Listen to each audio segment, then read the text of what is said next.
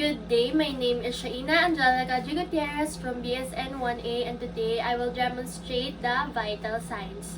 So, prior to the procedure, I will introduce myself and identify my client. Sir, my name is Shaina. I am your nursing student for today, and you are? You are. Okay, thank you, sir. So, the result of this assessment is to help in planning the further care and treatments. All you need to do is cooperate. Is it okay, sir? Yes. Okay. First thing to do is to perform hand washing. It is to prevent the transmission of microorganisms. I already done my hand washing. Next is to provide privacy to the client, like closing the curtains and doors to provide respect and avoid discrimination. First thing to do is to assist the patient to comfortably in sitting position. Sir, sit properly.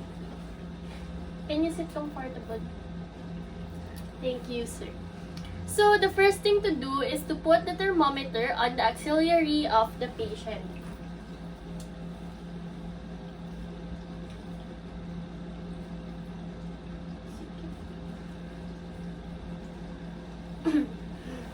In case you will do an assessment using a rectal thermometer, lubricate it first to the safety of the patient.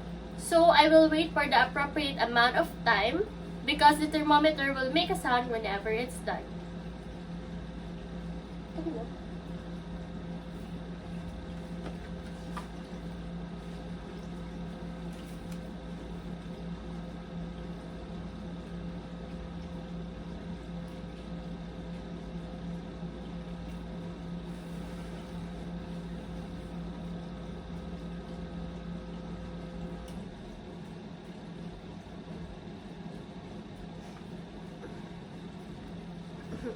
So, the normal range of an adult is 37.5 degrees Celsius. When it is low, he is experiencing hypothermic, and if it is high, he is experiencing hyperthermia. So, let's wait for the result of the patient.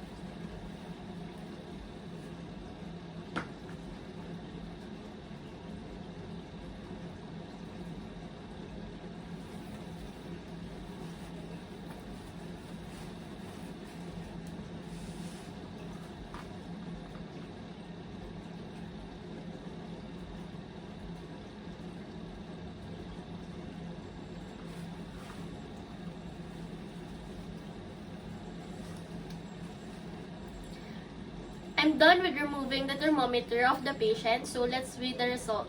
So the result of his temperature is 35.9 and he is in the normal range. So I will clean the thermometer from probe down to the tip, and then that's it. Lastly, and the most important thing to do is document the result of the temperature of the patient in the client's chart. So, next to assess is the pulse rate of the patient. So, first thing to do is to introduce yourself and identify your client. Sir, my name is Shaina, and you are? You are. So, I am your nursing student for today, and the result of this assessment can help you to use in your further care and treatments. All you need to do is cooperate. Okay? So, first thing to do is perform hand washing to prevent the transmission of the microorganism. I already done my hand washing. Second is to provide privacy for the patient, to provide the respect and avoid discrimination. So, first thing to do is I will start by assessing the radial pulse of the patient. First, I will select the pulse point. I will assess the patient in comfortable sitting position by placing her forearms across the thigh and the hand facing inward. I will start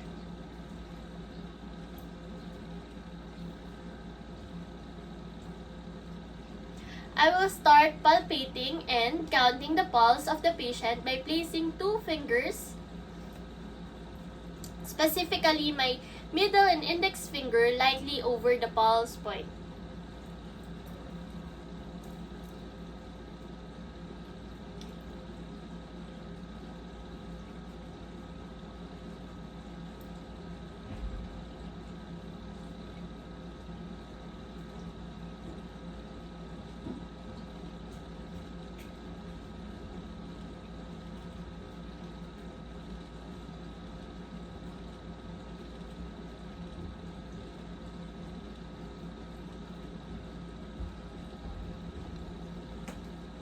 So the normal pulse rate in adult is 60 to 100 beats per minute, and the pulse rate of my patient is 64. The rhythm and volume are both in normal rate. There are no presence of arrhythmia.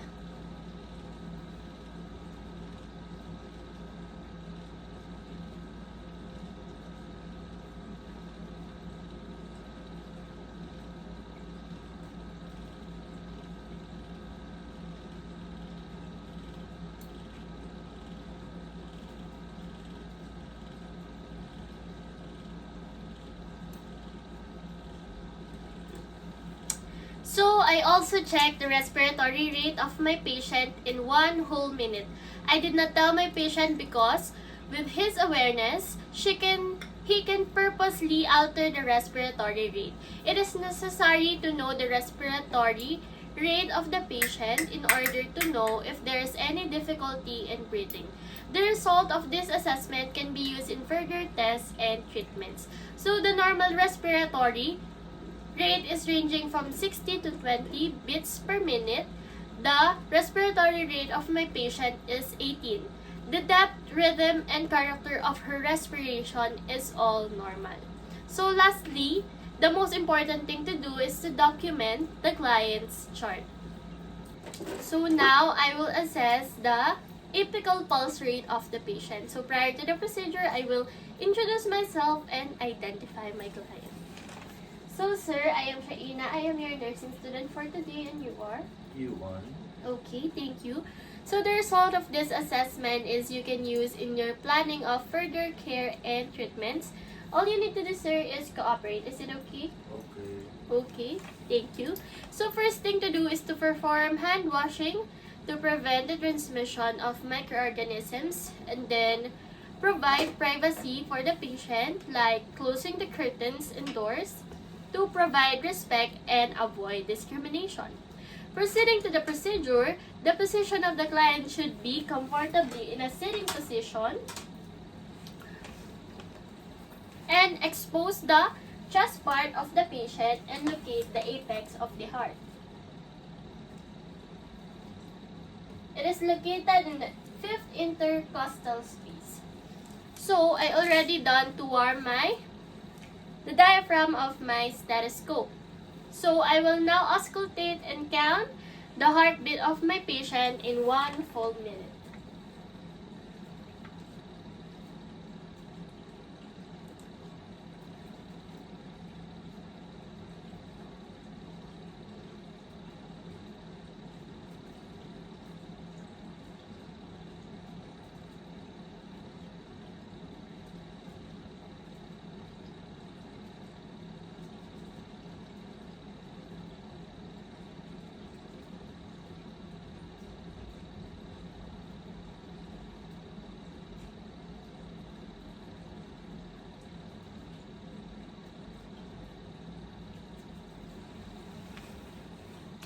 So, the normal heartbeat of a person is 60 to 100 beats per minute. The heartbeat of my patient is 62, and the rhythm and volume are both normal. He doesn't have any tachycardia or bradycardia. So lastly, and the most important thing to do, document the result of the patient in the client's chart. So for the last assessment, I will now assess the blood pressure of the patient. First to do is to gather the equipments like stethoscope and a sphygmomanometer. Always make sure that the stethoscope is clean. So my stethoscope is clean before use. Prior to the procedure, I will start by introducing myself and identify my client. Sir, my name is Shaina. I am your nursing student for today, and you are? U1. Okay, sir. Thank you. So, the result of this assessment is to use for your planning further care and treatments. All you need to do is cooperate. Is it okay, sir? Okay. Next to do is to perform hand washing to prevent the transmission of microorganisms. Next is to provide privacy to the patient, like closing the curtains and doors, to provide respect and avoid discriminations. So, I will assist my patient in a comfortable sitting position with his forearm supported at the heart level and with palm facing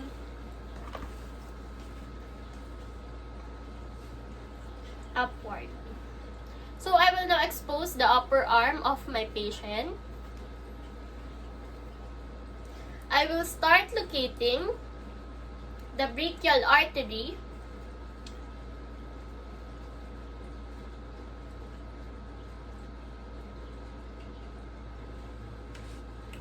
So I will now proceed in wrapping the cuff on the upper arm of the patient with 1 inch above the antecubital space.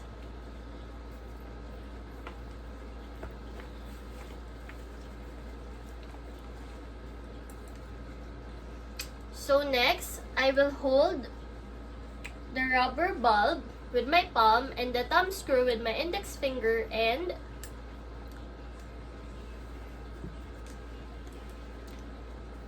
my fingers.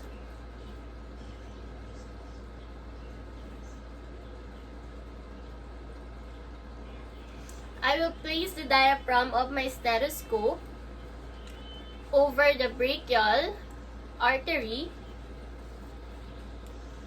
I will hold the bell between my thumbs and my index finger. So next, I will start pumping the cuff and inflate it until the needle rises.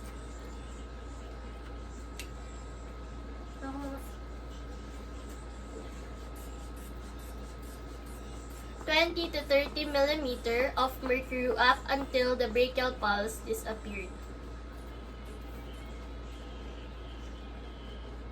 I will release the valve on the cuff of my patient and allowing the air to escape slowly.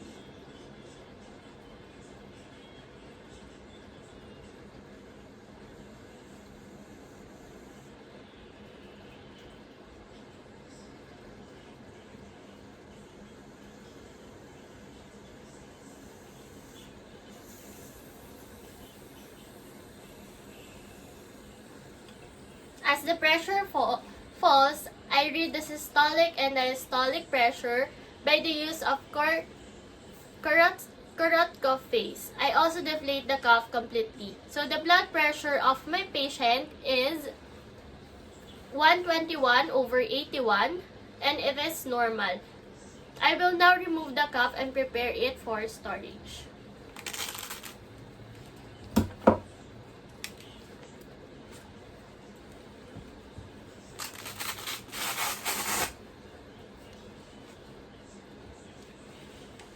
So, always clean your earpiece and